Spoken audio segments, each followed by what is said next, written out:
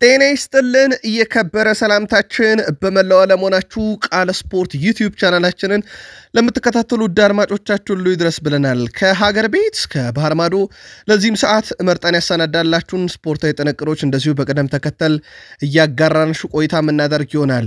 እንደሁል ጊዜው ላይክ፣ ሰብስክራይብ እና ሼር ማድረግ እንዳይረሳም። በሐሳብ መስጫ ሳጥናችን ላይ ምሽቱን የዓለም ክለቦች ዋንጫን ጨዋታ የተከታተላችሁ አሊያም በወቅታዊ የክለቦቻችሁ የዝውውር እንቅስቃሴ በፕሮግራማችን ይዘት ሊሆን ይችላል እያጋራችሁን ሐሳብ አስተያየታችሁን እስከ ፕሮግራማችን ፍጻሜ ቆዩ።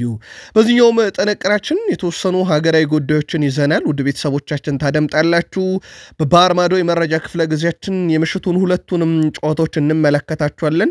ለየት ያለ ውጤት የተመዘገበባቸውን ስቴዲየሞችና የቀሩ ግጥምጥሞሾች በተለይም ሲጠበቁ የነበሩ ግጥምጥሞሾችን እናነሳለን። በአውሮፓ ትልቆቹ ክለቦችም አዳሩን የተጠናቀቁ ትልልቅ ዝውውሮች አሉ።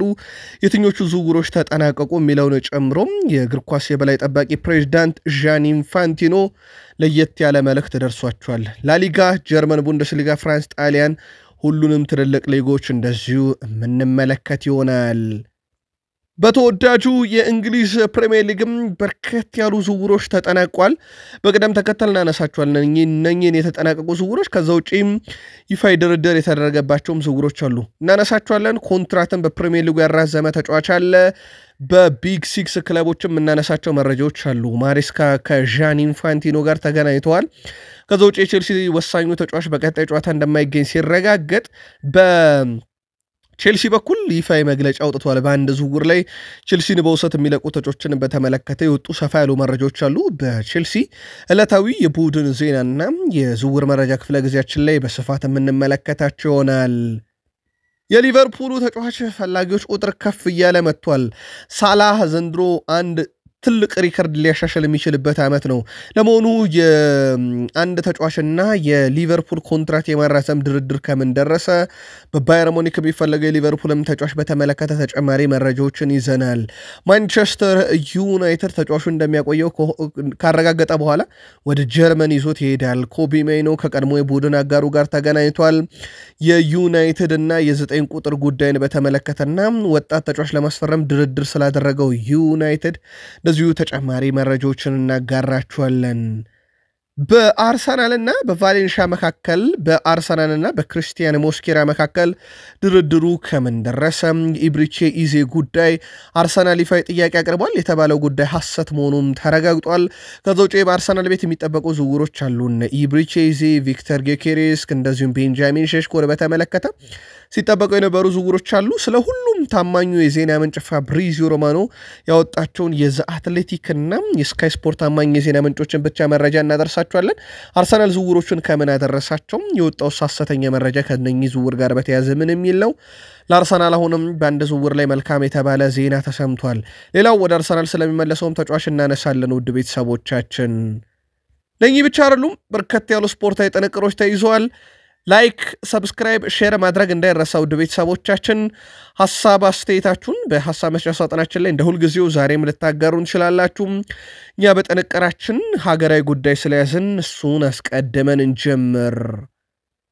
የኢትዮጵያ እግር ኳስ ፌዴሬሽን በርካቶችን አነጋጋሪ ካደረገው ውሳኔው በኋላ 10 የሚጠጉ ውሳኔዎች በኋላ የበርካቶች ጥያቄ ነበረ። ፌዴሬሽኑ ለምንድን ነው ይሄን ውሳኔ ወሰነው? መነሻው ምንድን ነው የሚል ማብራሪያ ሲጠየቅ ነበር። ዛሬ ማብራሪያ ሰጣለሁ ብሏል የኢትዮጵያ እግር ኳስ ፌዴሬሽን። እኛም የኢትዮጵያ እግር ኳስ ፌዴሬሽን ውሳኔን ምሽት ስፖርታዊ ጥንቅራችን ላይ በስፋት አድርሰናችኋል። እሱ ጉዳይ ላይ ተጨማሪ ማብራሪያ ስለምንሰጥ ስላሉ በቀጣይ ስፖርት የመረጃ ክፍለ ጊዜያችን ላይ ምናካተተ ይሆናል። ከውሳኔ በኋላ ሲዳማ ቡና ስፖርት ክለብ የኢትዮጵያ እግር ኳስ ፌዴሬሽን ስራ አስፈጻሚ ኮሚቴ ውሳኔም ተገቢ ህግን ያልተከተለ ብሎታል። ተገቢና ህግን ያልተከተለ ነው ብሎታል። የሲዳማ ቡና እግር ኳስ ቦርድ ውሳኔው ተገቢነት የሌለው ውሳኔ ብሎታል። ውሳኔው እጅግ በጣም አሳዛኝ ብሎታል። ያው የኢትዮጵያ ዋንጫ ተነጥቀው ውድድሩም እንግዲህ አሸናፊነት ለወላይታ ዲቻ እንደተሰጠ ይታወቃል።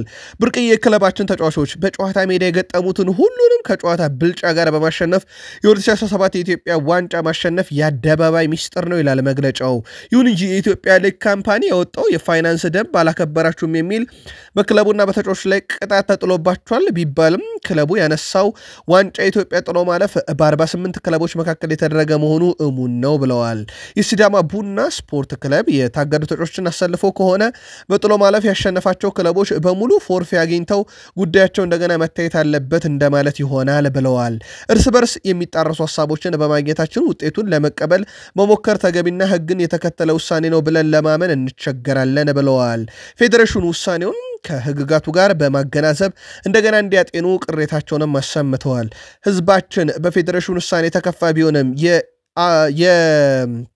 የውሳኔውን ሂደት ክስተት ተከትሎ በመረጋጋት መርምሮ ተገቢውን የውሳኔ ሂደት እስኪተሰጠን ድረስ በትዕግስት እንጠባበቃለን፣ በአክብሮትም እንጠይቃለን ብለዋል። የተነፈግነው ፍትህ እስኪረጋገጥ ድረስ ጉዳዩን እስከ ፊፋ ገላጋይ ፍርድ ቤት ድረስ በይግባኝ ወስደን ለጉዳዩ ተገቢ እልባት እስኪሰጥ ድረስ የክለቡ ቦርድ በቁርጠኝነት እንሰራለን ሲሉ መግለጫ አውጥተዋል። በተቃራኒው ደግሞ ወላይታ ዲቻ ተከሰናል ብለዋል። የኢትዮጵያ እግር ኳስ ፌዴሬሽን ያስተላለፈውን ውሳኔ ተከትሎ የሲዳማ ቡና ክለብ የኢትዮጵያ ዋንጫ ለወላይታ ዲቻ ይመልሳል፣ ወላይታ ዲቻ እግር ኳስ ክለብም በአፍሪካ ኮንፌዴሬሽን ዋንጫ ኢትዮጵያን ይወክላል የሚል ውሳኔ እንደተወሰነ ይታወቃል። ይህን የፌዴሬሽኑን ውሳኔ ተከትሎ የወላይታ ዲቻ ደጋፊዎች በአደባባይ ደስታቸውን የገለጹ ሲሆን የደቡብ ኢትዮጵያ ክልል ርዕሰ መስተዳደር አቶ ጥላላ ከበደ ጨምሮ የክልሉ የወላይታ ዞን አመራሮች እንኳን ደስ ያላቸው መልእክትም አስተላልፈዋል። ኢትዮጵያ ውስጥ እንግዲህ እንደዚህ አይነት ውሳኔ ከተወሰነ በኋላ ለሞኒ ወላይታ ዲቻ እግር ኳስ ክለብ ስራ አስኪያጅ አቶ ተስፋ ሆሴሎ ምን አሉ የሚለውን ስንመለከት ውሳኔው በእግር ኳስ ዘርፍ ተስፋ ሰጪና ለወላይታ ዲቻ እግር ኳስ ቡድን ደጋፊዎች ትልቅ ደስታን የፈጠረ ተገቢ ውሳኔ ብለውታል። ተከሰናል ያሉት ስራ አስኪያጁ የውሳኔውን አፈጻጸም የኢትዮጵያ እግር ኳስ ፌዴሬሽን በሚያስቀምጠው እቅድ መሰረት ተፈጻሚ እናደርጋለን ብለዋል። በአንድ ወገን ደስታ በአንድ ወገን ደግሞ ሐዘንን የፈጠረው ጉዳይ በጣም አነጋጋሪ ይሆናል። ለማንኛውም አንድ አድማጫችን ግን በሐሳብ መስጫ ሳጥናችን ሌላ ከለንን በሳል አስተያየት አድርሰን ወደ ውጭ መረጃችን እንሻገር።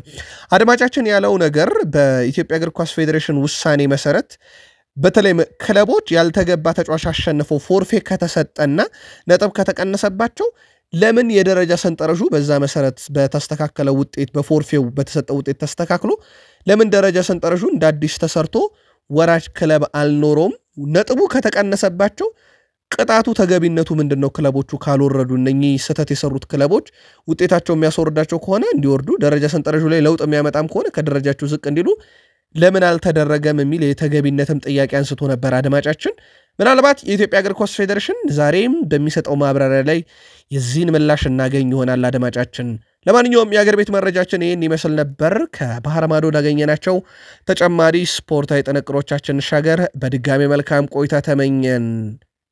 የዓለም ክለቦች ዋንጫ ሁለት የጥሎ ማለፍ ጨዋታዎችን ተመለከትን። ከሌሊቱ ጨዋታን ጀምር ሴሪዮ ጉራሴ የደመቀበት የቦሩሲያ ዶርትመንድና እንደዚሁም ደግሞ የሞንቴሬ ጨዋታ ነበረ። ሴሪዮ ጉራሴ ሁለት የማሸነፊያ ግቦችን 14ኛውና 24ኛው ደቂቃ ላይ ሲያስቆጥር ለቦሩሲያ ዶርትመንድ፣ ሞንቴሬን ከሽንፈት ያልታደገች ግብ 48ኛው ደቂቃ ላይ ቤርቲሜሪ ማስቆጠር ችሎ ነበር። ግን ቦሩሲያ ዶርትመንድ ጨዋታውን 2-1 በሆነ ውጤት በማሸነፍ ወደ ሩብ ፍጻሜ ማለፉን አረጋግጧል። ስለዚህ ቦሩሲያ ዶርትመንድ ከሪያል ማድሪድ የሚፋለሙ ይሆናል። በጣም አሳዛኙ ዜና ግን ሁለት ነገር እንጠብቅ ነበረ። ለአብነት ያክል ቦሩሲያ ዶርትመንድ ካለፈ የሁለቱን ቤሊንግሃሞች ፍጥጫ በተቃራኒው እንመለከት ነበረ። እነ ሞንቴሬ ቢያልፍ ደግሞ የቀድሞ ተጫዋቻቸው ሰርጂዮ ራሞስ በተቃራኒው ሪያል ማድሪድን ይገጥም ነበረ። ሞንቴሬ በመውደቁ ምክንያት ሰርጂዮ ራሞስ የቀድሞ ክለቡን አይገጥምም። ቦሩሲያ ዶርትመንድ ቢያልፍም ጁድ ቤሊንግሃም በተመለከተው ቢጫ ካርድ ምክንያት የዓለም ክለቦች ዋንጫ ጨዋታ ቀጣዩ ያመልጠዋል። ስለዚህ የሁለት ወንድማማቾች ፍልሚያ ለሌላ ጊዜ ተራዝሟል ማለት ነው። በርካቶች በጉጉት ሲጠብቁት እንደነበር ይታወቃል። ለማንኛውም የዓለም ክለቦች ዋንጫም ሁሉም ተፋላሚዎች ካለፉ በኋላ ፓልሜራስ ከቼልሲ እንደሚፋለሙ ይታወቃል። እንደዚሁም በትልቅ ደረጃ የሚጠበቁት ባየር ሙኒክ ከፓሪስ ሰን ዠርሜን፣ ከዛ ቦሩሲያ ዶርትመንድ ከሪያል ማድሪድ ይፋለማሉ። የቦሩሲያ ዶርትመንድ እና የሪያል ማድሪድ አሸናፊ በግማሽ ፍጻሜ የሚፋለመው ከዩቬንቱስ ከባየር ሙኒክ እና ከፓሪስ ሰን ዠርሜን አሸናፊ መሆኑ ደግሞ በዚህኛው በኩል ፍጻሜ መድረስ ዳገት ሲሆን ቼልሲ ምናልባትም ፍጻሜ ሊደርስ የሚችልበት እድል መፈጠሩን ትላንት በነበረን መረጃችን ላይ በስፋት አድርሰናችሁ እንደነበረ የሚዘነጋ አይደለም። በክለቦች ዓለም ዋንጫ ውድድር ጥሎ ማለፍ ሪያል ማድሪድ ከዩቬንቱስ ያደረጉት ጨዋታ እጅግ በጣም ተጠባቂው መርሃ ግብር ነበር። ሪያል ማድሪዶች 1-0 በሆነ ውጤት ድል አድርገዋል። የሪያል ማድሪድ የማሸነፊያ ግብ ጋርሺያ 54ኛው ደቂቃ ላይ አስቆጥሯል። ጎንዛሎ ጋርሺያ ብዙ ነገር እንላችኋለን። 54ኛው ደቂቃ ላይ ከትሬንት አሌክሳንደር-አርኖልድ ያገኛትን ኳስ አስቆጥሯል። እንግሊዛዊ መስመር ተጫዋች አሌክሳንደር-አርኖልድ በሪያል ማድሪድ መለያ የመጀመሪያ ለግብ የሚሆን ኳሱን ነው በቀጥታ ያመቻቸው። ስፔን የፊት ወሰር ተጫዋች ጎንዛሎ ጋርሺያም በክለቦች ዓለም ዋንጫ ባረጋቸው 4 ጨዋታዎች 3 ግቦችን ማስቆጠር ችሏል። በውድድሩ ላይ እንግዲህ ክስተት የሆነ ተጫዋች ነው። አልሂላል ላይ ግብ አስቆጥሯል። ፓቹካ ላይ አሲስት አድርጓል። አርቢ ሳልዝቡርግ እና ዩቬንቱስ ላይ እንደዚሁ ትላንትና ግብ አስቆጥሮባቸዋል። እጅግ በጣም አስደናቂ የሚባለውን ጅማሬ ጎንዛሎ ጋርሺያ በአዲሱ አሰልጣኝ ዣቪ አሎንሶ ስር እንደዚሁ ማድረግ ችሏል። ጆን ኦቢ ሚኬል ጨዋታውን በቀጥታ ስርጭት ከሚያስተላልፉ ጣቢያዎች በአንደኛው ላይ ተንታኝ ነበረ። ጎንዛሎ ጋርሺያም አሁን በትልቅ ደረጃ እየተጫወተ ነው። እሱን በእንደዚህ አይነት ደረጃ መመልከት በጣም ያስደስታል። ገና ወጣት ነው። የተሰጠውን እድል በትክክል ተጠቅሞበታል ሲል ተጫዋቹን አወድሶታል። ጎንዛሎ ጋርሺያም የዓለምን ክለቦች ዋንጫ በእግር ኳስ ሕይወቱ የሰጠው ትልቅ እድል ብሎታል ፋብሪዚዮ ሮማኖ። ምንም ጥርጥር የለውም የዓለም ክለቦች ዋንጫ ባይመጣ በነገራችን ላይ ለገበያ ቀርቦ ተጫዋቹ ገዢ እየተፈላለገለት እንደነበረ ይታወቃል። ፍሬድሪኮ ቫልቬርዴም ለጎንዛሎ ጋርሺያ እንኳን ደስ ያለ ማለት ፈልጋለሁ፣ ድምፁን አጥፍቶ ሲሰራ ነበረም ለሪያል ማድሪድ ለመወከል እጅግ በጣም የተሻለው ተጫዋች እንደሆነ በደንብ አሳይቶናል ብለዋል። ጎንዛሎ ጋርሺያም የኔ እግር ኳስ አራዬ አሁንም CR7 ሮናልዶ ነው ብሏል። ያው በሪያል ማድሪድ ያደረገውን ነገር መድገም ዋናው ህልሜ ነው፣ የራሴን ታሪክ መጻፍ ፈልጋለሁ ብለዋል። በርካቶች ከራውል ጋር እያነጻጸሩት ይገኛሉ፣ ከቀድሞ የሪያል ማድሪድ ተጫዋች ራውል ጋር። ነገር ግን ይሄ ለኔ ይበዛብኛል፣ እኔ ገና ታዳጊ ነኝ፣ ትልቅ ነገር መስራት እችላለሁ፣ ግን አሁን ከራውል ጋር ለመወዳደር ጊዜው ገና ነው ሲል ተደምጧል። ትሬንት ለሪያል ማድሪድ የመጀመሪያ አሲስቱን እንዳደረገ ነገርናችሁ። ዣቪ አሎንሶ ትሬንት ለጎንዛሎ አሲስት ያደረገበት መንገድ ይሄ የተለመደ ነው። ገና 500 እንደዚህ አይነት ነገሮችን በሪያል ማድሪድ ሲያደርግ እናያለን። እዚህ በመሆኑ እጅግ በጣም ደስተኛ ነኝ፣ በትክክለኛው ቦታ ላይ ይገኛል ሲሉ ትሬንት አሌክሳንደር-አርኖልድን አድንቀዋል። እንግዲህ በሪያል ማድሪድ መለያም የመጀመሪያ አሲስቱ ነው ማድረግ የቻለው። የታወቀበትን አይነት አሲስት ይሄ በሊቨርፑል ሳለ የሚያደርጋቸውን አይነት በጣም አስደናቂ አሲስቶች ትላንትና ለጎንዛሎ ጋርሺያ ቀብሎ አስመልክቶናል። ለዚህም ነበረ ያደነቁት። የሪያል ማድሪድ ተጫዋች ፍሬድሪኮ ቫልቬርዴ አክሮባቲክ በሆነ መንገድ ኳስ ሞክሮ አልተሳካለትም። የጨዋታው ኮከብ ሆኖ ያመሸው እሱ ነበረ። በሪያል ማድሪድ በኩል በነገራችን ላይ እንዳጠቃላይ በውድድሩ ሲሳተፉ በዚህ ውድድር ዓመት እንዳጠቃላይ ያደረጉት ጨዋታ ወደ 66 ይጠጋል። ፍሬድሪኮ ቫልቬርዴ ከዚሁ 63ቱን ተጫውቷል።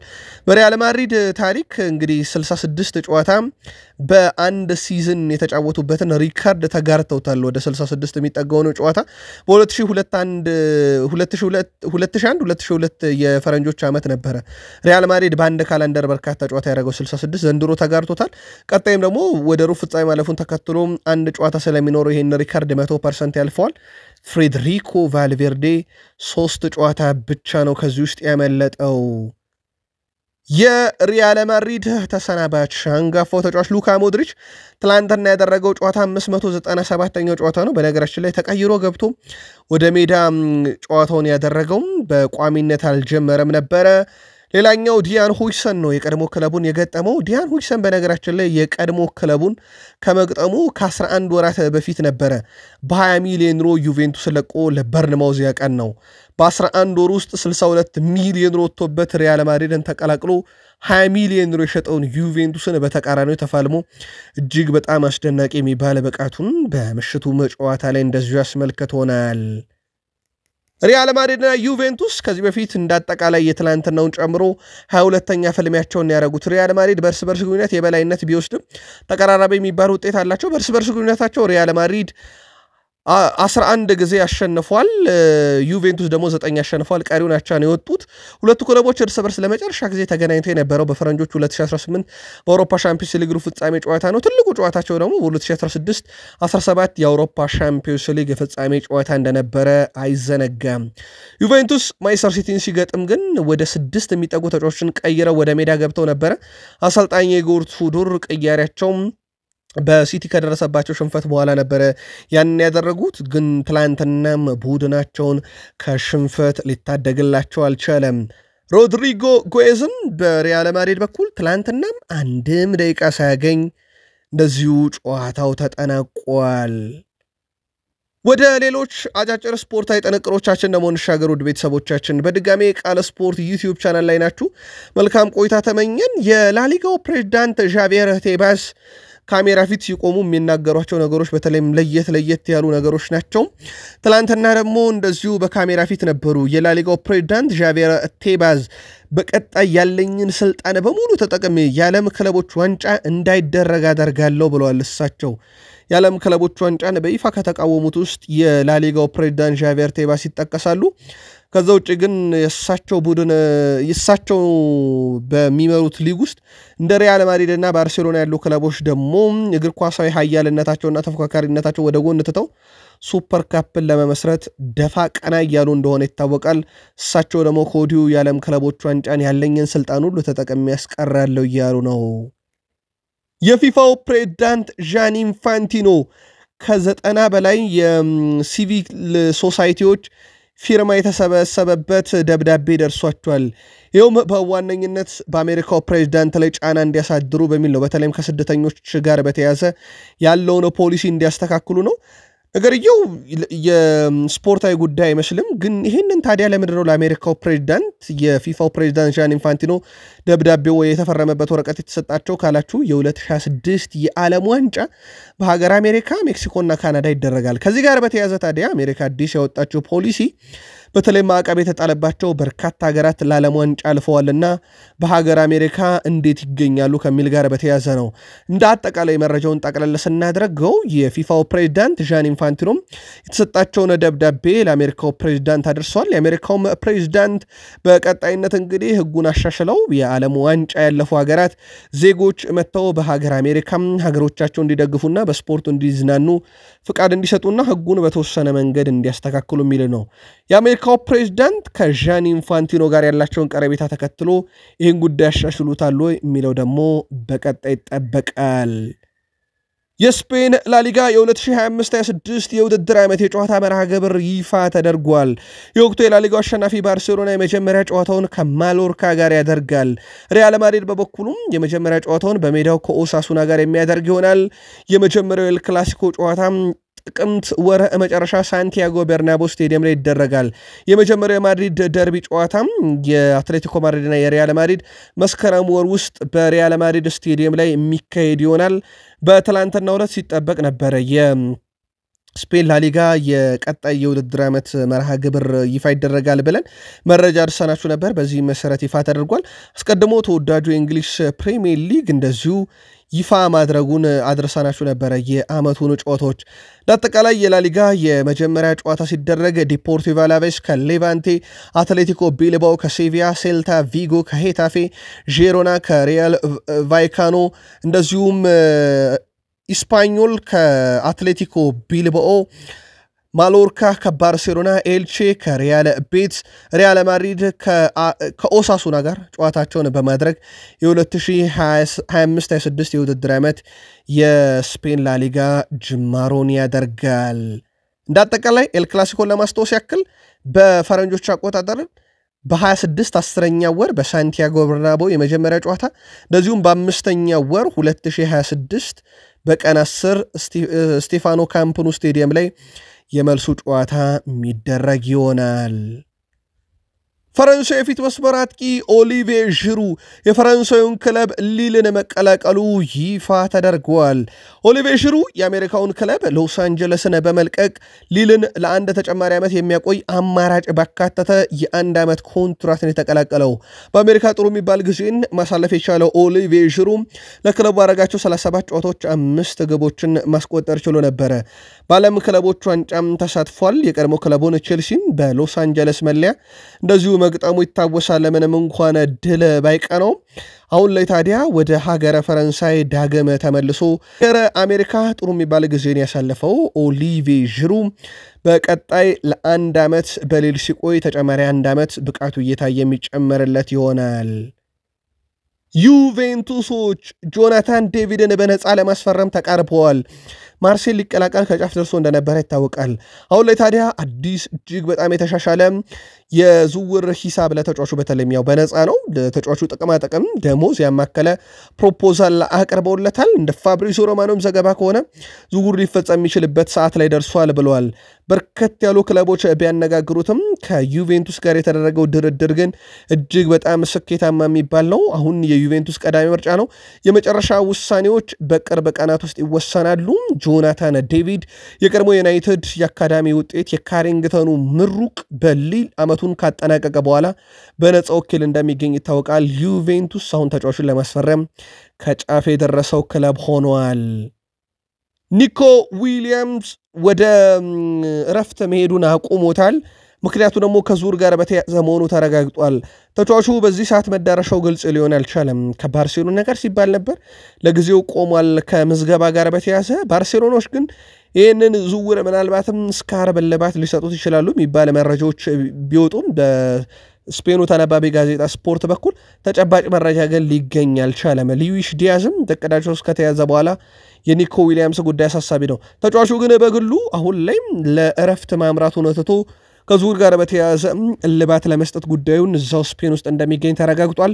በቀጣይ ወደ ባርሴሎና እንደተባለው ወይንስ አሁን በመሃል ወደ ገባው ባየር ሙኒክ ያቀናል የሚለውን ደግሞ እንደዚህ ተከታትለን የምናጋራችሁ ይሆናል።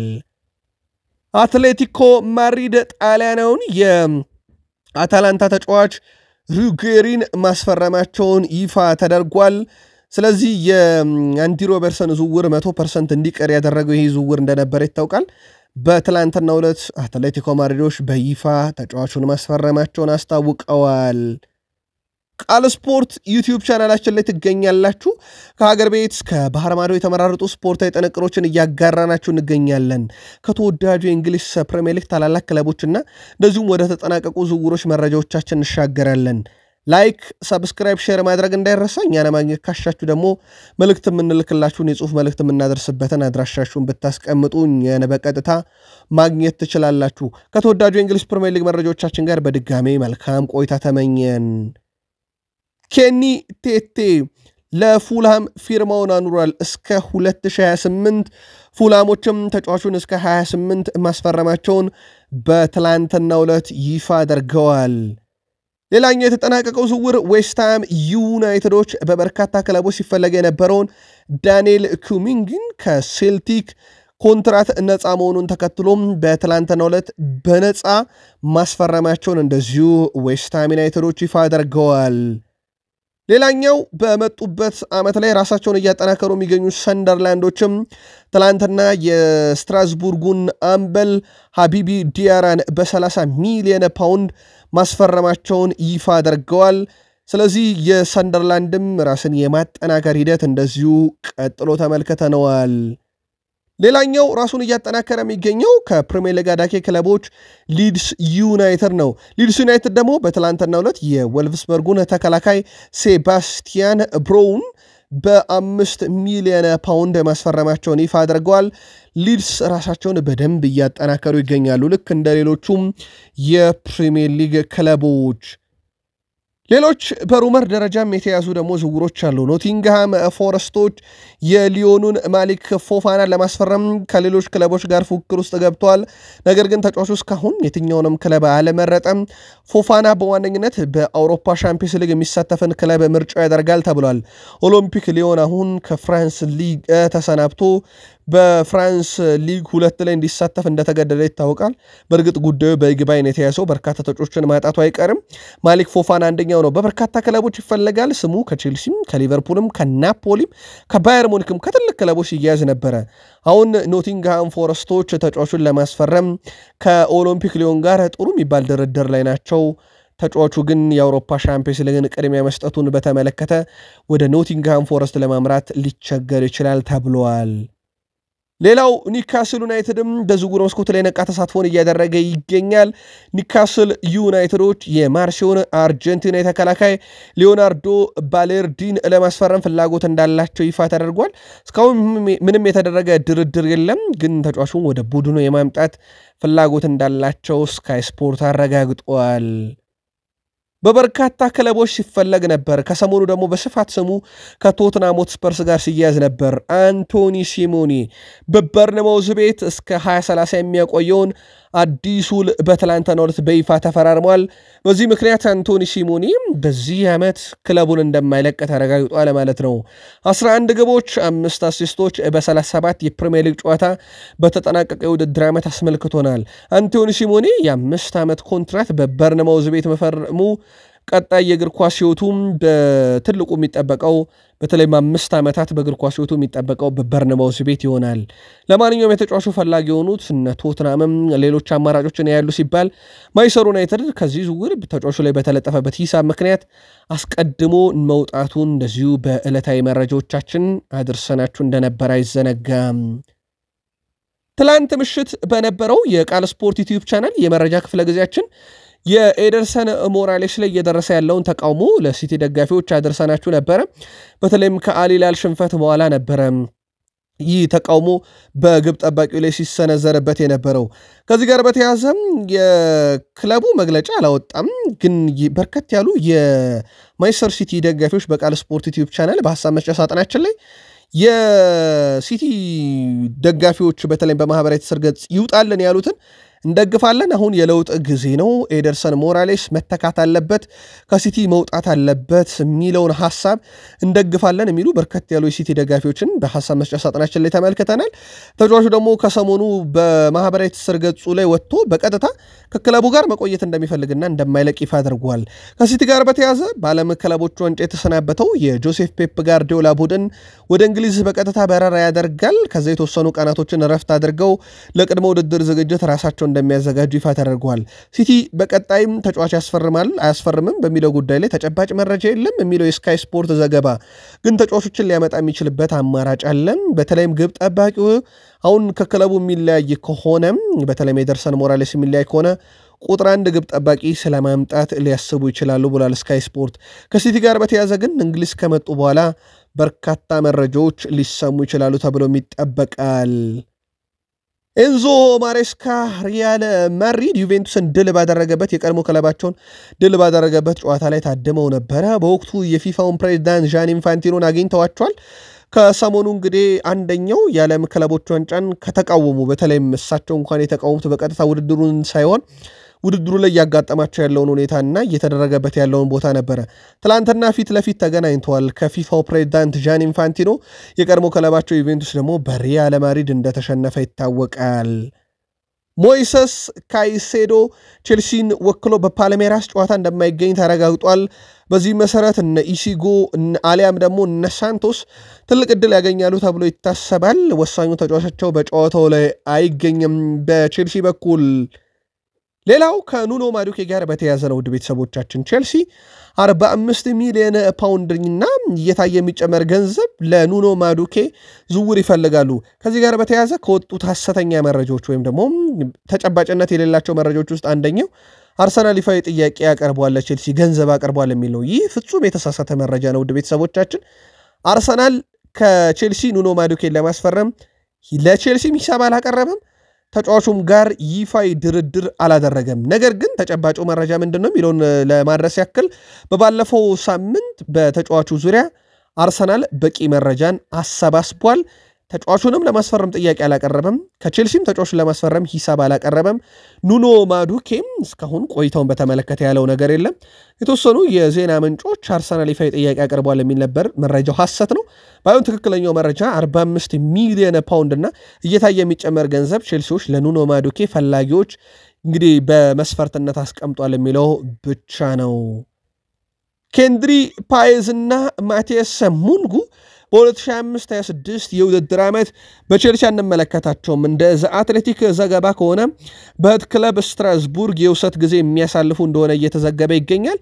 በዚህ መሰረት ሁለቱ ተጫዋቾች በውሰት ክለባቸውን ቼልሲን አያገለግሉም። በእርግጥ ቼልሲ ቤት ካለው የስኳድ ዴብዝ ብዛት አንጻር በርካታ ያሉ ተጫዋቾች በተመሳይ በውሰት ይሰጣሉ ተብሎ ይታሰባል። ከኬንድሪ ፓይዝ እና ከማቲያስ ሙንጓ በተጨማሪ ሁለቱ ግን ለህት ክለብ ስትራስቡርግ እንደሚሰጡ አትሌቲክ አረጋግጧል።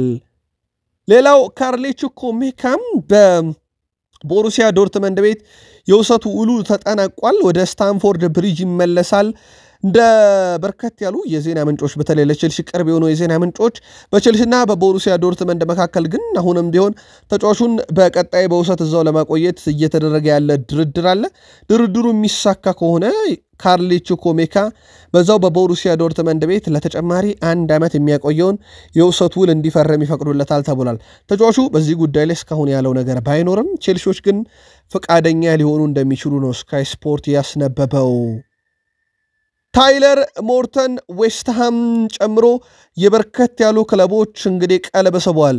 ለማስፈረም ካቀዳቸው ተጫዋቾች መካከል ዌስትሃም ዩናይትድ የሊቨርፑልን ታይለር ሞርተንን ሲሆን በፉክክር ደረጃ እንደ አያክስ እና ስፖርቲንግ ብራጋ ተጫዋቾች ላይ ፍላጎት አላቸው። ሞርተን ለመውሰድ ያሰበ ክለብ 15 ሚሊዮን ፓውንድ መክፈል እንዳለበት ደግሞ ሊቨርፑሎች ያሳውቀዋል። በእንግሊዝ ፕሪሚየር ሊግ ውስጥ በተለምዶ ቢግ ሲክስ ወይም ትልልቆቹ ወይም ምርጥ ስድስቶቹ የሚባሉ ቡድኖች አሉ። ሊቨርፑልን እንቀንሰው ሳላህ በዛ ስለሚጫወት ታዲያ ሳላም የተቀሩት 5 ምርጥ ቡድኖች ላይ በቀጣይ የውድድር ዓመት ምን ያህል ገቢ ያስቆጥራል የሚለው በትልቁ ይጠበቃል። ምክንያቱ ደግሞ አለን ሺረር እነኚህ በተለምዶ ቢግ ሲክስ የሚባሉ ትልቅ ቡድኖች ላይ 56 የፕሪሚየር ሊግ ግቦች አሉት። ይህ በፕሪሚየር ሊግ ታሪክ ከፍተኛ ገብ አስቆጣሪ ነው። ቢግ ሲክስ ክለቦች ላይ ሳላህ 50 ደርሷል። ቀጣይ ዓመት ሳላህ እነኚህን 5 ቡድኖች ሲገጥም 6 እና ከዛ በላይ ገብ የሚያስቆጥር ከሆነ ሪካርዱን ይጋራል አሊያም ማለፍ ይችላል። ሳላህ የ2 ዓመት ተጨማሪ ኮንትራትን ከፈረመ በኋላ በሊቨርፑል እንደሚቆይ ይታወቃልና ሪካርዱን ለመስበር ብዙ ይቸገራል ተብሎ አይታሰብም። ኢብራሂማ ኮናቴ እስከዚህ ሰዓት ድረስ ከሊቨርፑል የቀረበለትን ኮንትራት ማራዘም ሂደት እንዳልፈረመ ይታወቃል። ውድቅ አደረገ የሚል መረጃ ሳይሆን አልፈረመም በሚል ይያዝ። ፉትቦል ኢንሳይደር ሪያል ማድሪድ፣ ፓሪስ ሰን ዠርሜን፣ አል ሂላል የሊቨርፑልን ተከላካይ የግላቸው የማድረግ ፍላጎት እንዳላቸው ሲዘገብ ምናልባትም ይፋዊ ጥያቄ እስከ 40 ሚሊዮን ፓውንድ ሊያቀርቡ ይችላሉ ተብሏል። ሪያል ማድሪድ ግን አያደርገውም፣ ግልጽ አድርጓል አቋሙን፣ ለቅርብ ሰዎቹም ነግሯል። ኢብራሂማ ኮናቴ በሊቨርፑል ኮንትራቱን ካላደሰና 2026 በነፃ የሚለቅ ከሆነ እናስፈርመዋለን። ይህንንም ተሞክሯችንን ከኬሊያን መባፔ እስከ ሩዲገር አሁን ደግሞ እስከ ትሬንት አሌክሳንደር አርኖልድ ኬሊያን መባፔ አድርገው አሳይተዋልና ቃል ገብተዋል። ለማንኛውም እስከዚህ ሰዓት ድረስ ግን የሊቨርፑል ተከላካይ ኢብራሂማ ኮናቴ በሊቨርፑል በኩል የቀረበለትን ኮንትራት ማራዘሚያ አልፈረመም። ባየር ሙኒክም የሉዊስ ዲያዝን ሁኔታ ለመረዳት ከቅርብ ሰዎቹ ጋር ውይይት ማድረጉ ተረጋግጧል። ከሊቨርፑልም ይሁን ከዲያዝ ወኪል ጋር ድርድር አላደረገም፣ ግን ለተጫዋቹ ቅርበት አላቸው ካሉት መረጃን አጠያይቋል። የሊቨርፑል ቆይታው እስከዚህ ሰዓት ድረስ አልተረጋገጠም። ሉዊስ ዲያዝ ለገበያ የሚቀርብበት እድል እንዳለ ይታወቃል፣ ግን ትልቅ ገንዘብ ነው ሊቨርፑል የሚፈልገው። ባየር ሙኒኮች መረጃዎችን አሰባስበዋል። ምናልባት ስለ ተጫዋቹ ሁኔታ መረጃዎችን ካሰባሰቡ በኋላ ከወኪሉ ጋር እና ከክለቡ ሊቨርፑል ጋር ድርድር ያደርጋሉ ተብሎ ሲታሰብ ከወዲያ ደግሞ እንደ ኒኮ ዊሊያምስ ያለ ተጫዋች ዝውውር በባርሴሎና በኩል ለጊዜውም ቢሆን ቆሞ እንዳለ ይታወቃል። ጄጄ ጋብርኤል ለቀድሞ ውድድር ዘመን ልምምድ ወደ ጀርመን እንደሚያቀና ተረጋግጧል። የ14 ዓመቱ የማንቸስተር ዩናይትድ የአካዳሚ ምሩቅ የሆነው ጄጄ ጋብርኤል በዛሬው ዕለት ለቀድሞ ውድድር ዘመን ልምምድ ወደ ጀርመን በሚያቀናው የማንቸስተር ዩናይትድ ከ18 ዓመት በታችና ከ21 ዓመት በታች ቡድን ውስጥ እንደሚሄድ ተረጋግጧል። ይህ ውሳኔ የተደረገው ደግሞ ተጫዋቹ ከበርካታ ክለቦች ጥያቄ ቀርቦለት ዩናይትድ ሊለቅ ካሰበ በኋላ በነ ጄሰን ዊልኮክስ በነ ሩበን አሞሪ ወትዋችነት በቡድን ውስጥ እንዲቀር ከተደረገ በኋላ ነው። ማንቸስተር ዩናይትድ ጄጄ ጋብርኤል እጅግ ምርጥ ብቃት ካላቸው የካሪንግተን ተጫዋቾች እንዳንዱ እንደሚቆጥረው ይታወቃል። እናም በቀጣይነት በቡድን ውስጥ ይቀጥላል። በቅድመ ውድድር ዝግጅትም በዩናይትድ እንደሚቆይ ከተረጋገጠ በኋላ ወደ ጀርመን እንደሚያቀና ተረጋግጧል። የዩናይትድ ተጫዋቾችም በግላቸው ልምምድ እየሰሩ ይገኛሉ። ከዚህ ውስጥ አንደኛው ኮቢ ሜይኖ ነው። ኮቢ ሜይኖ ልምምድ እየሰራ ይገኛል። ታዲያ ኮቢ ሜይኖ በትላንትናው ልምምዱ ላይ የቀድሞ የማንቸስተር ዩናይትድ ተጫዋች ዩናይትድን በብዙ የሚቆጩበት ሜሰን ግሪንውድ ጋር ተገናኝተዋል። እንዲሁም አብረው ከኤቨርተኑ ተጫዋች ጄምስ ጋርነር ጋርም ነበሩ። በዋነኝነት ግን የቀድሞ የዩናይትድ ተጫዋች ሜሰን ግሪንውድ እና ያውኑ ኮቢ ማይኖ ተገናኝተው ነበረ። ሁለቱም የማንቸስተር ዩናይትድ የካሪንግተን ምሩቅ ናቸው። ሜሰን ግሪንውድ እግር ኳሳዊ ባልሆነ ጉዳይ ምክንያት ዩናይትድ አጥቶታል። ከኮቢ ማይኖ ጋር ድርድሩ አልተጠናቀቀም። ኮንትራት የማራዘሙ ሂደት ምናልባትም በቀጣይ በማንቸስተር ዩናይትድ ቤት ተጫዋች ከማስፈረም ጎን ለጎን ኮንትራት የማራዘም ሂደትን ስንሰማ የኮቢ ማይኖም ጉዳይ በትልቁ ይጠበቃል። ጄደን ሳንቾን በፈላጊነት ደረጃ በርካታ ክለቦች ቢኖሩም በዚህ ሰዓት ብቸኛው ክለብ ዩቬንቱስ ነው ብያቸዋለሁ። በዩቬንቱስ በኩል ምናልባትም ዩቬንቱሶች አሁን ጆናታን ዴቪድን ወደ ቡድኑ ሊያመጡ ነው። ራንደል ኮሎሙአኒ ሌላ አማራጭ አላቸውና ዱሻን ቪላሆቪች ክለቡን ሊለቅ የሚችልበት ሰፊ ዕድል መጥቷል። ታዲያ በርከት ያሉ አጥቂዎችን በቡድኑ እያሰባሰበ የሚገኘው ዩቬንቱስ በጄደን ሳንቾ የ25 ሚሊዮን ፓውንድ የዝውውር ሂሳብ ላይ ማንቸስተር ዩናይትዶች የተጫዋች ቅያሬ እንዲያካትቱ ይፈልጋሉ የተባለው። በዩቬንቱስ በኩል እንደ ዱሻን ቪላሆቪች፣ እንደ ዳግላስ ሉዊስ፣ ቲሞቲ ዊሃ የመሳሰሉ ተጫዋቾች በዩናይትድ የሚፈለጉትን አንዱን በዝውውር ውስጥ ማካተት ይፈልጋሉ ተብሏል። ማንቸስተር ዩናይትድ እስካሁን ከአጥቂ ጋር ስሙ ቢያያዝም ከዩቬንቱስ አንድም አጥቂ ጋር ስሙ አልተያዘም። በተለይም ከዱሻን ቪላሆቪች ጋር በተያዘ ምናልባትም ዩቬንቱሶች ይህን እቅዳቸውን በይፋ ለዩናይትድ ካቀረቡ በቀጣይ ውይይት ይደረግበታል ተብሎ ይታሰባል። ጄደን ሳንቾ የደሞዙ ጉዳይ የሂሳቡም ጉዳይ ለዝውውር ፈተና እንደሆነ በተደጋጋሚ ነግረናችሁ ነበር። ማንቸስተር ዩናይትድ የደርቢ ካውንቲውንና የእንግሊዝ ብሔራዊ ቡድን ከ16 ዓመት በታች ግብ ጠባቂ ቻርሊ ሃርዲን ጋር ንግግር ማድረጋቸው ተሰምቷል። በርካታ የእንግሊዝ ቡድኖች ተጫዋቹን ለማስፈረም ፍላጎት ቢኖራቸውም ማንቸስተር ዩናይትዶች ተጫዋቹን የግላቸው ለማድረግ ከፍተኛ ስራን እየሰሩ ይገኛሉ። በዚህ ክረምት የዝውውር መስኮት የሚሳካ ከሆነ ተጫዋቹ በቀጥታ ከ18 ዓመት በታች የዩናይትድን አካዳሚ ይቀላቀላል። በቀጣይ ለዋናው ቡድን እንደሚያደርግ ተስፋ የተጣለበት ግብ ጠባቂ ሆኗል። ማንቸስተር ዩናይትዶች የ16 ዓመት ግብ ጠባቂውን ቻርሊ ሃርዲን ለማስፈረም በይፋ ድርድር ከደርቢ ካውንቲ ጋር እንደዚሁ እያደረጉ ይገኛሉ። አርሰናል ተጫዋች ለማስፈረም ይሄኛው ሳምንት በትልቁ ይጠበቃል። በእርግጥ ያጠናቀቋቸው ዝውውሮች አሉ፣ ይፋም የተደረጉ አሉ። ትላንት ምሽትም የኬፓ አሪዛባላጋን ይፋ አድርገናል። ሰፋ ያለ መረጃ ለአርሰናል ደጋፊዎች ስለ ተጫዋቹ አጠቃላይ ሁኔታም ወደ 5 ደቂቃ የሚደርስ መረጃ በምሽት መረጃችን እንዳደረሰናችሁ ይታወቃል። በቀጣይ ደግሞ የቫሌንሺያውን ተከላካይ እንደ ክርስቲያን ሞስኬሪያን ያለ ተጫዋች ማግኘት ይፈልጋሉ። አሁን እየወጡ ባሉ መረጃዎች በተለይም ፋብሪዚዮ ሮማኖ ፍላጎቱ ግልጽ ሆኗል። ተጫዋቹ አርሰናልን መርጧል። ለአርሰናል መጫወትን ይመርጣል። አርሰናልና በቫሌንሺያ መካከል የሚደረግ ስምምነት ብቻ ነው የሚቀረው ብሏል። ከወዲያ ደግሞ ቫሌንሺያ ተጫዋቹን ላለማጣት ኮንትራት ሊያቀርቡለትም ይችላሉ እየተባለ ነው። ተጫዋቹ ወደ አርሰናል ለመዘወር መወሰኑ ግን ለአርሰናል ጥሩ የሚባል አማራጭ መሆኑን ፋብሪዚዮ ሮማኖ ያረጋግጧል። በሁለቱ ክለቦች መካከል የመጨረሻው ድርድር ከስምምነት ለመድረስ ይህ ሳምንት ወሳኝ ነው ብሏል። ቫሌንሺያን በተመለከተ ሞስኬሪያ እንዲቆይ የማሳመን ስራው እጅግ ከባድ እንደሆነባቸውም አምነዋል ያለው ታማኙ የዜና ምንጭ ፋብሪዚዮ ሮማኖ ነው። አርሰናሎች ኑኖ ማዱኬን ለማስፈረም በውስጥ እንቅስቃሴዎችን እያደረጉ ሲሆን ይህ ዝውውር እንቅስቃሴ ከኢብሪቼ ኢዜም ስምምነት የተለየ ነው ያለው ፋብሪዚዮ ሮማኖ ነው። ኢብሪቼ ኢዜ ቢመጣም አርሰናል ቤት ሌሎች ዝውውሮችን አያግድም የሚለውን መረጃ እኛም ማድረሰናችሁ ነበረ። ኢዜን በተመለከተ ከአርሰናል ጋር ወሳኝ ውይይቶች እየተደረጉ ነው። ኢዜ አርሰናል ለመቀላቀል ተዘጋጅቷል። ወደ አርሰናል የመዘወርም ፍላጎት አለው እና የአርሰናል ፕሮጀክት ካየ በኋላ ወደዛ ለመሄድም ጓጉቷል ብሏል ፋብሪዚዮ ሮማኖ።